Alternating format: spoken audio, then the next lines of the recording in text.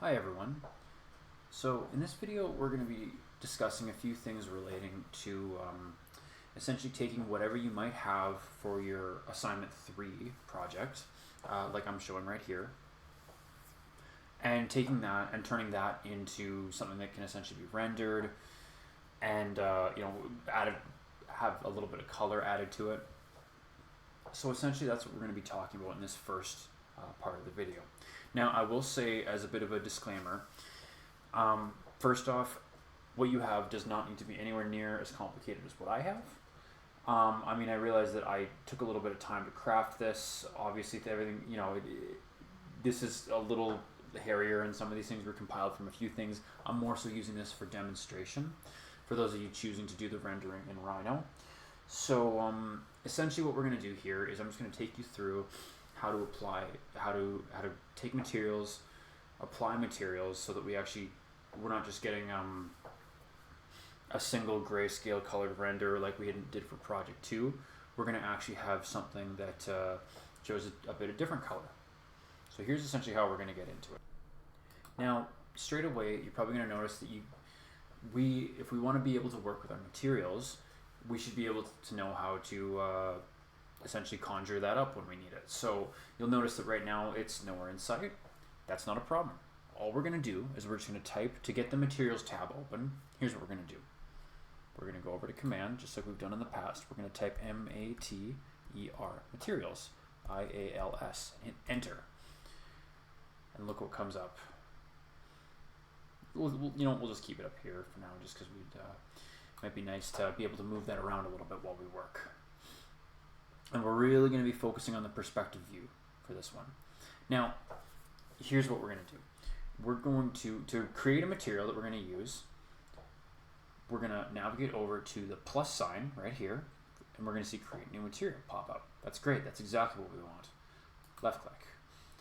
Now, for this stage, we can get into something more complex later on, but for this stage, let's just try importing some colors from the material library, because it does have, the material library in Rhino does have a pretty astounding variety of different options. You're bound to find something that could be pretty workable in there for what you want to do. So why don't we have a look in there? Let's left click, import from material library, and look at all these options we have. See, we have a ton. Plastic, plaster, organic, for anything from fur to grass if need be. So here's what we'll try doing is for now, see here, I want to color my sort of my viewing tower. So, and I kind of want to keep it simple for now. So here's what we're going to do. We're going to navigate down to wood, double click, and you know what, it doesn't really matter, but just for the sake of it right now, let's see what oak has to offer. Let's say oak red. Sure, that seems like a good choice. And at this stage, you're going to get the opportunity to try a few different things, because there's a little bit of experimentation that comes with doing your material choices in any sort of 3D solid modeling. So in this case, let's just try oak red. Let's see how that sits for us. And there it is. Okay, great. So now that's kind of in our roster of materials that we just have ready to go and imported into the model for us. But now we want to actually see how this all sits on the model. So here's how we're gonna look. We're gonna move up to perspective here. Right click, sorry. We're gonna move it down to rendered.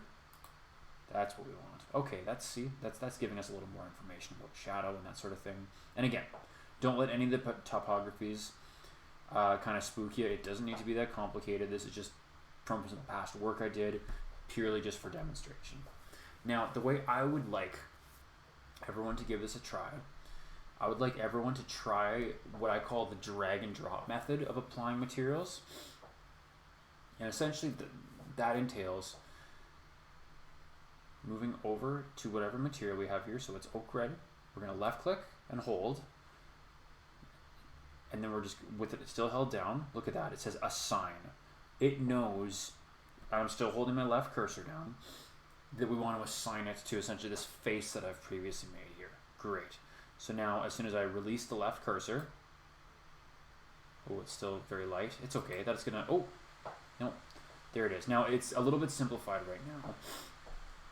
But in essence, you can see how that changed the material that's in the model. It's not just this kind of styrofoam white anymore. We now have some variety in terms of the materials we're working with. Okay, let's try that again though. So we'll zoom out a little bit here. And what we're going to do is we're going to left click and hold and drag, move, and drag, still holding it down.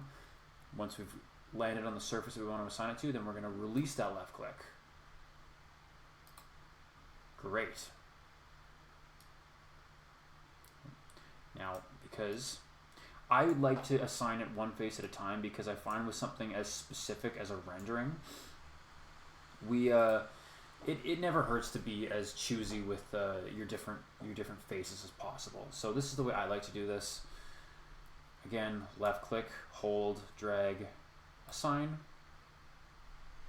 Very easy. It's almost like you're painting on your colors, or your materials rather. And I'm going to show you as well how easy it is to now add another one, add another material that we want to bring into our model.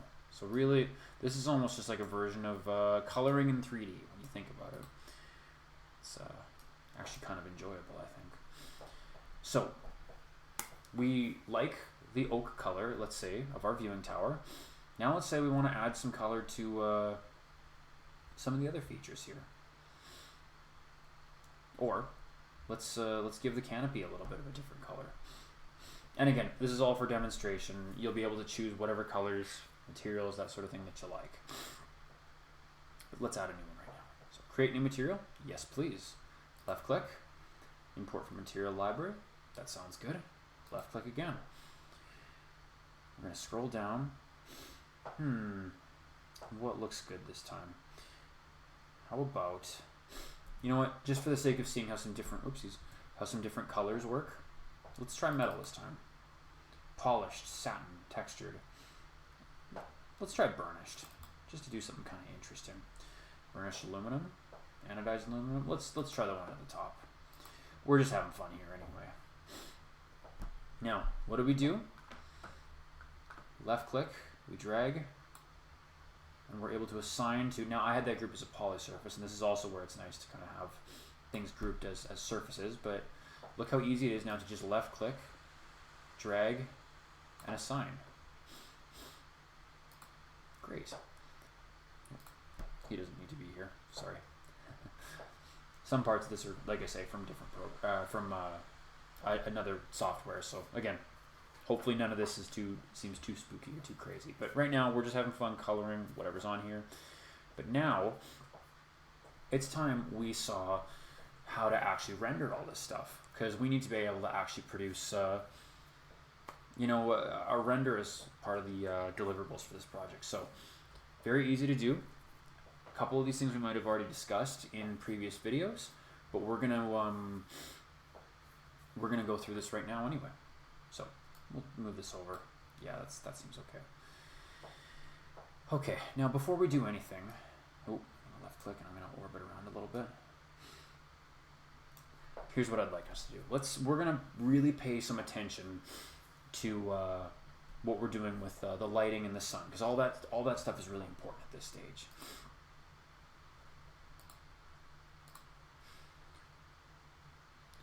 I'm gonna left click on render, and this is where we're going to get a chance to take a look at our color, not our color, our lighting situation. Just make sure everything is kind of square and what we're sort of expecting. So we're going to navigate over down to panels and over to the sun. Left click. Okay, so the sun is on, good, and the manual control is on, good. And again, that's just the way I like that. I apologize for the many things that are now on my screen, but as you can see, as I kind of move the azimuth around. Now, the other piece that I really want to make sure, because I think in the past some people have suffered a little bit from finding that their image is really blown out, we're going to left click, we're going to navigate down to panels, and we left click lights. As you can see, here, you know what, I'll show you. when I have skylight on, it's not showing up so much right now, but when we go to ray trace, this would be, well, I'll just show you. Look at this. Whoa, totally blown out. Tons of detail loss. So that's no good, right? This is why I'm going to show you how I do that just right from square one again. Way too, it's completely obliterated because there's way too many light sources. So all we're doing is we're going to render right up here, left click, scrolling down to panels. We're navigating over to, well, either of these really, but we're going to move to sun. Oh, excuse me, sorry, we're going to move to lights. We're going to left click, and we're going to make sure the sun is on, that's good, but the skylight is off. And suddenly, look at how much detail that brings back in. So that's good, that's what we want. We can get into adjusting the environment behind us here a little bit in the next video as well, but before we go and jump to the next one, what I would like to do here is I would like to just really quickly one more time take you through how to, from the top, essentially create those new materials, because I promise it's not very challenging, but it is a couple steps, and I just want to make sure everyone understands. So one more time from the top, here's how it's done. You come in completely fresh, no material tabs anywhere. You go over to your command, you type materials, hit enter.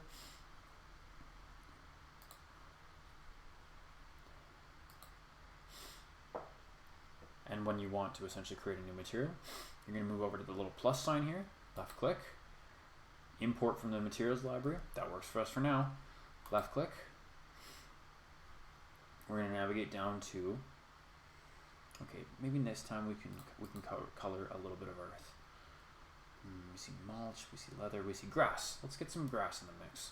Double click. Grassy dark, grass bright, fake. Let's pick grassy sounds good. Better yet, let's try realistic grass.